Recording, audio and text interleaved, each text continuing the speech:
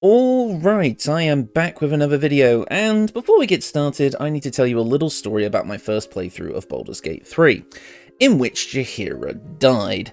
Yeah, I, being new to Baldur's Gate, didn't actually know how significant Jaheira was, so when she joined us in the final assault on Moonrise Towers, I thought it was a great thing, but she did end up dying during the first kind of encounter in the big lobby area, because I didn't really know what I was doing.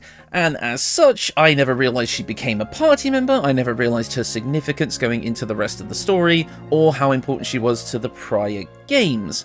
But a lot of people have been asking me for a Jaheira build for patch 8, but I honestly didn't really know what to do. My original Jaheira build that I made, the one that was a fighter druid, honestly just felt like the best way to build Jaheira in my channel style. I didn't really feel that there was a need to go back to it.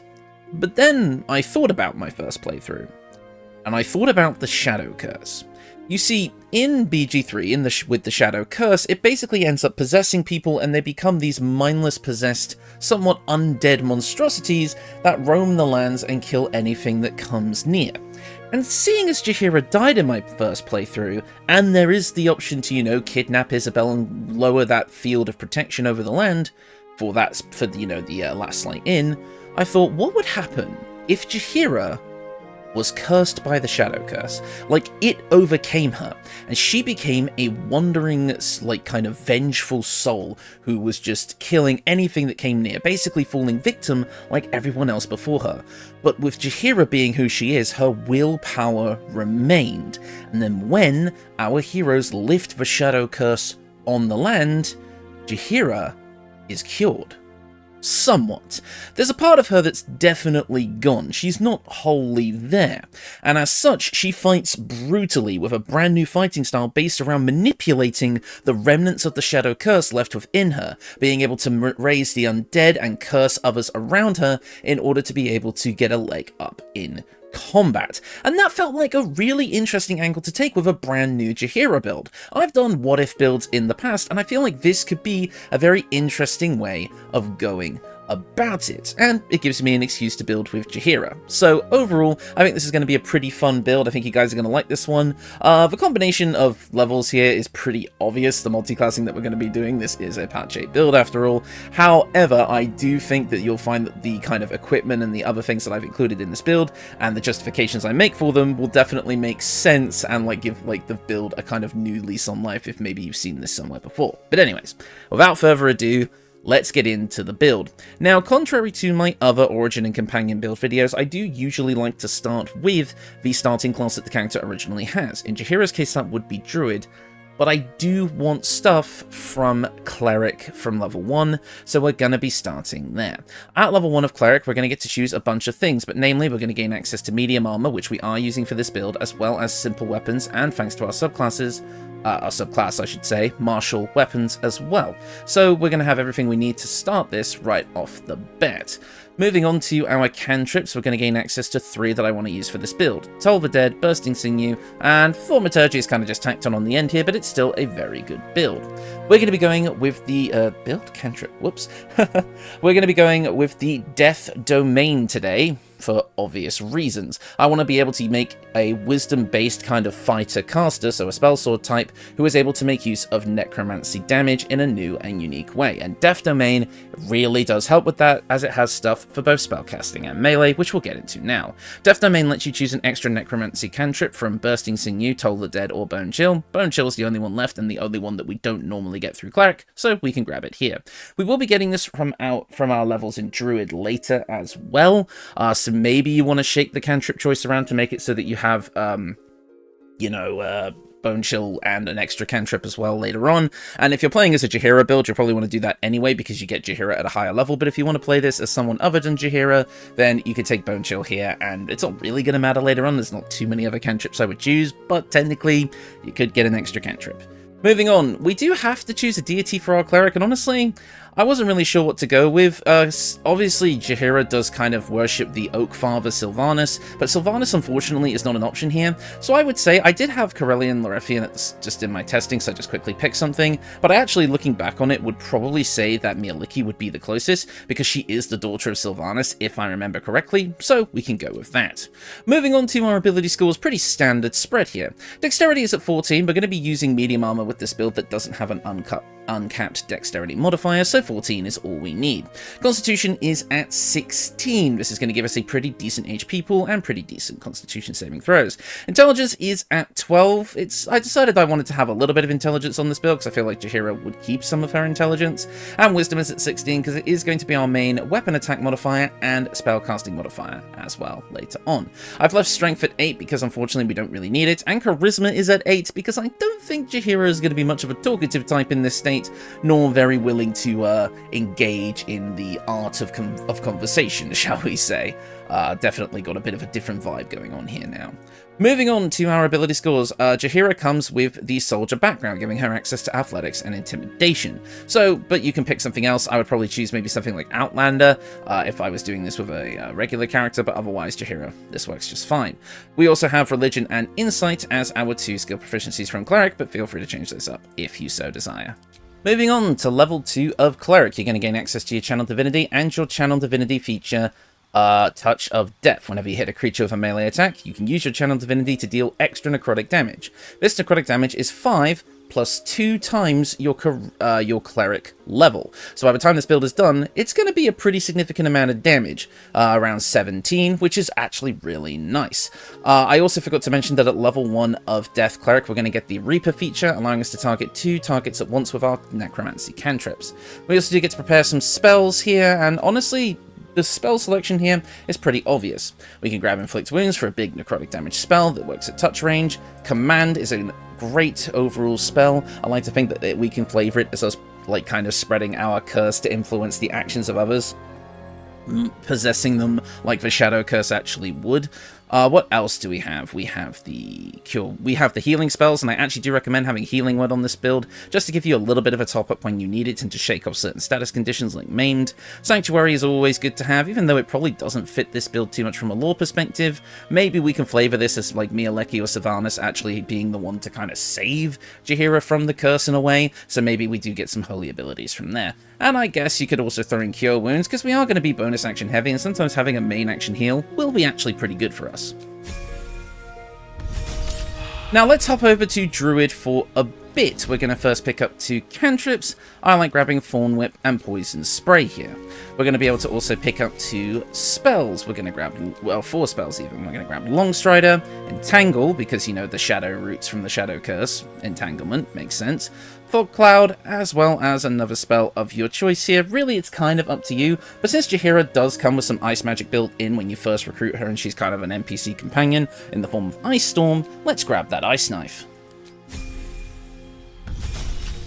At Druid level 2, we get to choose our subclass, and of course we're going with Circle of the Spores. We're literally all about spreading like disease and curses and such like that through our spores, so I feel like it makes sense. We're going to be able to do things like grab Symbiotic Entity, giving us temporary hit points equal to 4 plus our, or is it 2 plus our Druid level? There's some sort of weird calculating. I'm pretty sure it's 4 plus your Druid level in temporary hit points, as well as while you have those temporary hit points, you get to deal an additional 1d6 necrotic damage with your unarmed strikes and weapon attacks, which is pretty damn nice. You're also going to be able to cast Halo of Spores as a reaction, dealing 1d4 necrotic damage on a con save to anyone around you as a reaction, so you get an extra bit of damage there. This is also where you would get the Bone Shield cantrip as well, so remember you can kind of change this out if you wish. Make sure you can kind of mess around with your Cleric cantrip choices at level 1. Moving on to your prepared spells, you do get an extra one, and honestly it's kind of up to you what you pick at this point. I'm just going to grab Enhanced Sleep for the extra movement. Now again, since Jaheira comes at a high level, you kind of have to prioritize what part of your kit you want to finalize first, Druid or Cleric. I think Cleric is better to finalize first, and I'm going to be assuming for the sake of this build that when you recruit Jaheira to your party, she will be level 8 at minimum, so we're going to kind of make sure we fill out our Cleric stuff first. So, with our Cleric levels, we're going to gain access to level 3 with level 2 spells. We're going to get Blindness, which is a great thing to have, as well as Ray of Enfeeblement, which can be an amazing debuff if used correctly. We're also going to gain access to our prepared spells, which I just quickly need to fix because, again, when you multiclass, it messes up your prepared spells for some reason. And with our level 2 spells, we have access to a few things, and I'm going to recommend you grab Aid. We're going to have a bunch of undead minions in our party, as well as ourselves being somewhat squishy. So with Aid, we're going to be able to give ourselves a total of 125 HP, and our summons an additional, I think it'll be like an extra 25 HP each, which will be really, really good by the time this build is done. So Aid is going to be super useful here. At Cleric level 4, we're going to gain access to another cantrip. We can grab Guidance here. As well as access to another spell, I recommend grabbing Hold Person to be able to hold people still and hit them for guaranteed critical hits. We're also going to be able to grab our first feat at this level, and again, I'm going to say let's go with an ability score improvement and bump up our wisdom here. Again, it doesn't matter which order you take the kind of feat and ability score improvement in, because we are going to get a feat in this build, because again, Jaheira is a higher level, so, you know, feel free to kind of play around with this choice here. The other thing that we're going to be going with eventually in this build is dual wielder, so that we can wield our Sylvan Scimitar in the offhand, which I'll explain a little bit more about in the equipment section, because this build does have a very interesting gameplay loop, shall we say. But anyways, the dual wielder feat would allow you to gain a +1 bonus to your armor class while dual wielding, and use 2 weapon fighting even if your weapons aren't light. One of the weapons I wanted to use for this build is a mace, which isn't light, so we are going to need this here. So really, take it in any order you like. At Cleric level 5, we're going to gain access to level 3 spells, including Animate Dead, which is awesome for us, because now we can start building our undead army. We're also going to get Vampiric Touch, allowing us to sap the life force of others around us, which feels very, very appropriate. We're also going to be able to choose another spell at this point, and of course we have to grab Spirit Guardians. Spirit Guardians is going to allow us to summon a bunch of, well, Spirit Guardians to give ourselves a necrotic aura around us, reducing our enemy's movement speed and potentially causing our foes to take a big dollop of necrotic damage, 3 to 24 of it. At level 6 of Cleric, we're going to gain another Channel Divinity charge, as well as Inescapable Destruction. Spells you cast ignore resistance to necrotic damage. This is a pretty damn good feature, allowing us to spam our cantrips without thought and care. Spirit Guardians obviously works with this, Vampiric Touch works with this. There's a lot of things we have that work with this, so we definitely want to make sure we use this. We also do get to choose another level 3 spell at this point, and honestly, Bestow Curse feels pretty appropriate here. It's another concentration option, but it is going to give you the ability to bestow the Shadow Curse upon your allies, potentially, or on your enemies, I should say, potentially giving them disadvantage on checks and saving throws, or even their attacks. It lets you deal additional damage to the target with your attacks, or could even rob it of the ability to use certain actions. So obviously, pretty on-theme choice for this build. Let's move back over to Druid now with level 2 spells. We're gonna get Blindness again. It kind of sucks that these overlap, but hey, it's whatever. As well as Detect Thoughts. We're also going to be able to grab another couple of level 2 spells here of our choice. Let me just fix my spell selection real quick. Bam, bam, bam, bam.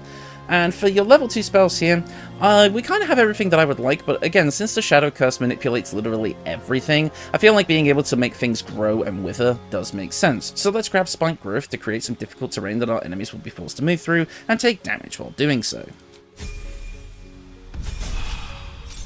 At Druid level 4, we're going to gain access to another cantrip. Honestly, up to you what you take at this point. I'll just grab Resistance.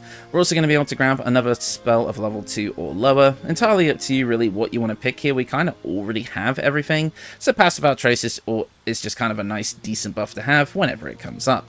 We also do get another feat at this point. Make sure you bump up that Wisdom, because it's doing everything for us.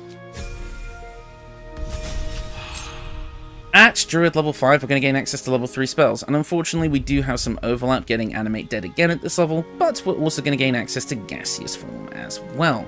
We also do get to choose a couple more spells at this level. I'm going to be grabbing Plant Growth to be able to make another area of kind of difficult terrain where movement speed is quartered, which means we can definitely get some battlefield control going, as well as, and I know this is kind of a you know, a bad choice, but I feel like Feign Death, for the lore that we have set up for this build, makes sense. Being able to basically go into a state of undeath where we're resistant to all damage in a pinch can actually be really interesting for us, and I think might be a fun flavor pick in the future, but you never know. Could have a niche in certain combat situations. Usually if I know a big attack is coming in a combat encounter, activating Feign Death to just basically drop to the floor actually does kind of work, so maybe there will be a use for this one, but I'm taking it for the flavor, baby. And finally, at Spores Druid level 6, we gain access to the Panther Wild Shape, which is kind of a requirement for Jaheira. You also get the Owlbear, which is my favourite wild shape in the game, but the main thing that we're going to get from this is Fungal Infestation, allowing you to raise even more zombies as a reaction at the cost of your new resource, Fungal Infestation charges, of which this build will have 4 of. It's basically just more undead for your undead army that can spread their infection. Just makes sense for me flavor-wise, but I could see why someone might want to go to level 7 of Cleric instead with this build, but remember, we want as many Druid levels as possible in order to get the max temporary hit points necessary to keep up symbiotic entities, so I definitely recommend the 6-6 split here. And finally, up to you what you want to take here. We kind of have everything. The game's chosen Sleet Storm, which again with Jaheira's kind of ice magic theming, I think makes sense to stick around. And for our very last spell, who doesn't love a snack? Although maybe be careful of anybody else eating these, they might be cursed. And that is the build. Overall, what you're going to be getting out of this is a lot of necrotic damage. You'll be able to basically do a necrotic damage kind of mini smite with your dual wielding attacks, which again I'll talk about more in a minute. You're going to gain access to the ability to summon a ton of different undead with animate dead, as well as even create undead a bit later on, which I'll talk about. You have big damage on your necrotic cantrips, being able to target multiple people at once. You're going to be very tanky between your temporary HP, and eventually I'll be talking about our high AC, which will give us the ability to dodge. You'll be able to keep yourself up with healing, keep yourself from being hit with things like Sanctuary if you just want to let your undead do the work for you while you get to just sit in the back.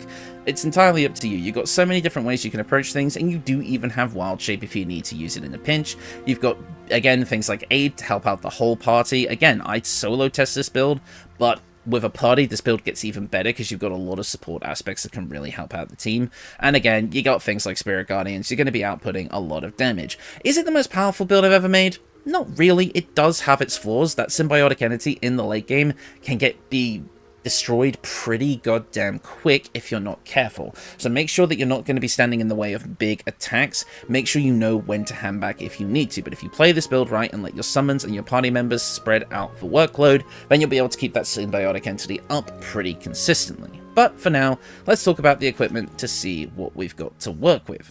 So, first up, our weapons of choice. In the offhand, we have our Sylvan Scimitar. This is Jaheira's weapon, and I think she'd hang onto it. It allows us to use our spellcasting ability modifier for attack and damage rolls instead of our usual dexterity, which allows us to bump up our wisdom without needing to worry about dexterity for the sake of using our death cleric features, so I thought I would keep it around here. It is a +1 weapon by default though, and you might feel like you want to swap it out for something else. Maybe if you have the Infernal Rapier, that could also work really well here, giving you access to Planar Ally if you want, as well as a bump to your spell attack rolls, but I felt like for the sake of a Jaheira build, the Sylvan Scimitar makes more sense. But if you've got that Drake Throat Glaive, I should say, but flying around not being used, maybe apply it here. Who knows? Throw some cold damage on there. Jaheira will probably thank you. But here, in our main hand, we have Leviatar's Scourge. Now, this may be a bit of a weird one, as it is somewhat counterintuitive to our build, but let me explain. Leviatar's Scourge allows us to deal an additional 1d6 necrotic damage with all of our attacks. However, when we hit a target, there is a small radius that explodes out, dealing that extra necrotic damage to everyone within it, including ourselves. But we also gain resistance to necrotic damage from this weapon, which, resistant to necrotic, I obviously want because, again, we're some sort of shadow curse warrior. So really, the maximum amount of damage we could take from this is 3, and this is also rounded down as well, so we can actually nullify the damage altogether with a little bit of damage reduction. While this is slightly counterintuitive to our wanting to keep our temporary hit points up all the time, I did really like the idea of necrotic damage uncontrollably exploding out from us when we attack as we struggle to control the shadow curse. It just felt like it made sense and adds this extra interesting niche to the build. Otherwise, you don't have to use this. In fact, you could drop the dual wielder thing altogether if you don't want to use this, but I thought, you know what? It just fits the build and the theme that we're going for here so well, but I couldn't not include it. And the fact that you can get it so early in the game as well, way before you even get Jaheira, means that you can start setting up pretty goddamn soon. Moving on, I don't have a ranged weapon here, but obviously any ranged weapon that just gives a passive buff will work. Maybe the Darkfire shortbow would just be good here to give you resistance to necrotic and not necrotic, resistance to fire and cold damage, and even give you the ability to use haste as well, which can up your AC even further and give you even more to do with your action, but it's not required for this build, and I overuse that bow, so I'm not going to include it here, but definitely know that it could give you a pretty decent leg up in combat. Moving on to our equipment, we have the Circle of Bones. Allied undead within 6 meters are resistant to bludgeoning, piercing, and slashing damage, and you gain an extra usage of Animate Dead at level 3. That's not going to use a spell slot. This just felt like the most appropriate thing for the build, although I could see the Horns of the Berserker working as well. For the record, I've not included any early game equipment here because this is a Jaheira build, and you really only get to use her in Act 3, so there's not really a reason to include early game equipment here, but I'm sure you guys will figure it out if you decide to play as someone other than Jaheira. Use the wiki below, it's your best friend. Moving on to Cloak of Displacement for my Cloak of Choice, giving enemies disadvantage on attack rolls against us until we take a hit. With our 20 AC, we're going to be able to dodge a lot of attacks without having to worry too much, meaning that we should be able to keep up our symbiotic entity long enough to get some decent use out of it with that extra necrotic damage. Because again, if we have symbiotic entity up with the Leviathan Scourge, that's an extra 2d6 necrotic damage that we get each turn, which again is awesome because that can trigger our Touch of Death on a melee attack as well, meaning that we can do 17 necrotic damage plus 2d6. That's pretty damn good. So we definitely want to make sure that we're keeping Symbiotic Entity up, which is why Cloak of Displacement is here. It's also why the Adamantine Scale Mail is here, allowing us to reduce all incoming damage by 1. So the most damage we can take here is like a necrotic damage roll of 2, and if we take a necrotic damage roll of 1 or less, we nullify that completely, which is pretty damn good. If this build had access to heavy armor, I'd be using heavy armor here to get a higher level heavy armor, which would reduce our damage by 2, maybe the armor of persistence or the adamantine splint. I don't know, probably the armor of persistence if I could, because that would also give us physical damage resistance, which would also help keep up our, other stuff. So maybe if you're not using dual wielder on this build, maybe grab heavy armor master instead. That might just work. Again, up to you. Moving on, but this also gives us some extra abilities, like when a melee attack hits us, with the attacker gets the reeling condition, which will make any follow-up attacks less likely to hit with a penalty to attack rolls, and we're immune to critical hits, which is great for tanking. Moving on to our gloves, we have the Gloves of the Balanced Hands. This is just here so that we can add our ability modifier to the offhand damage of our Sylvan Scimitar. And finally, the Evasive Shoes, to allow this with dual wielder to round out our AC to a nice even 20. Moving on to our accessories, we have the Amulet of the Devout, giving us a +2 bonus to our spell save DC, which is going to help with a lot of our spells and abilities, even though we haven't maxed out our wisdom. It's also going to give us an extra usage of Channel Divinity once per long rest, meaning that per long rest, we have access to 3 Channel Divinities by default, plus the extra 4 that we'd get from our 2 short rests. And that could be even more if you've got a bard in the party. Now, of course, since we're using a Shadow Curse build, we have to include the After Death Do Us Part ring. When the wearer is downed, they rise once more with half their hit points restored, but are gripped by the Shadow Possession, which is the same Shadow Possession that the Shadow Curse gives. Again, though, this ring is bugged, and Shadow Possession doesn't actually kick in. Otherwise, I would love for that to happen, because I feel like that would just make sense for this build lore-wise. But again, getting back up with half of our HP restored and then being able to keep fighting just makes sense for this build. And finally, the Crypt Lord Ring, giving us access to Create Undead, allowing you to raise a corpse as a heinous mummy that fights by your side. This is basically just a way to get the most powerful undead ally that we can. The mummy itself can inflict mummy rot, which is a very, very good debuff, as well as being able to frighten people and do big multi-attacks. With our Animate Dead as well, we're going to be able to cast it up to level 5, which means we'll gain access to things like the Flying Ghouls, which are by far the best summon in the game from that kind of spell, which will allow them to paralyze your enemies, which can be really, really potent, as well as being able to fly around the battlefield, and even heal themselves if creatures are knocked out or sleeping, which is very, very useful. And finally, for the fashion for this build, we are using a combination of Fia Taylor's Camp Clothing mod, which gives us the camp clothes and mask that you see here, as well as Yulia's dye to colour the dye in black and army green. Don't know why, I just felt like the kind of slight tints of green under the black fit a Shadow Curse warrior. The armour itself is Fia Taylor's 6, found under the custom clothing tab, the leather boots found in the shoes tab, and the Bane mask, which gives us this kind of bestial, like half face covering mask as well, which feels very, very cool.